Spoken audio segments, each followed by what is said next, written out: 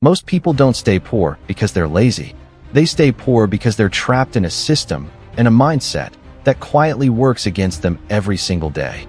From the outside, it looks like effort should be enough.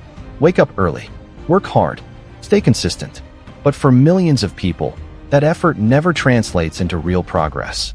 The paycheck comes in, and almost immediately, it's gone. Bills, food, transportation, small comforts to survive the stress. And just like that, the cycle resets. The uncomfortable truth is this: being poor is expensive. When you don't have money, you can't buy in bulk, so you pay more over time. You can't afford preventative care, so small problems turn into bigger, more expensive ones. You can't take risks, because one mistake could cost everything. Every decision becomes short-term, not because people want it that way, but because they have no other choice. But beyond the system, there's something deeper: how people think about money. If you grow up surrounded by scarcity, your brain adapts to survive, not to build. You learn to focus on immediate relief instead of long-term gain. Saving feels pointless when your reality keeps proving that emergencies are always around the corner. Investing feels dangerous when losing money isn't just a setback, it's a disaster. So instead of asking, "How can I grow this?" the question becomes, "How do I get through this week?" This mindset shapes habits. Spending becomes emotional, not strategic. A small purchase becomes a reward, a moment of control in a life that often feels out of control.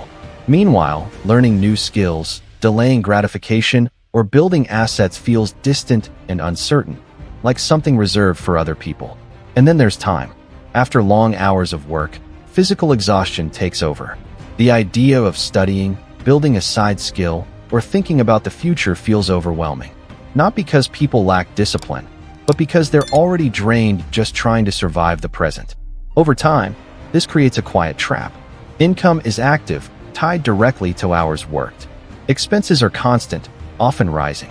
There's no room to breathe, no space to think, and no margin to make different choices. Meanwhile, those who build wealth operate differently. They don't just work for money, they make money work for them. They think in terms of systems, assets, and long-term positioning. They delay gratification, not because it's easy, but because they understand the compounding effect of small decisions repeated over time. The gap between rich and poor isn't just income. It's perspective. One sees money as something to spend to survive. The other sees money as a tool to multiply. And that difference, subtle at first, grows wider every year. Breaking out of this cycle isn't about working harder. It's about thinking differently in a system that constantly pressures you not to. It's about shifting from survival to strategy, even in small ways. Learning how money actually works. Questioning habits that feel normal but lead nowhere. Because in the end, poverty isn't always a lack of effort.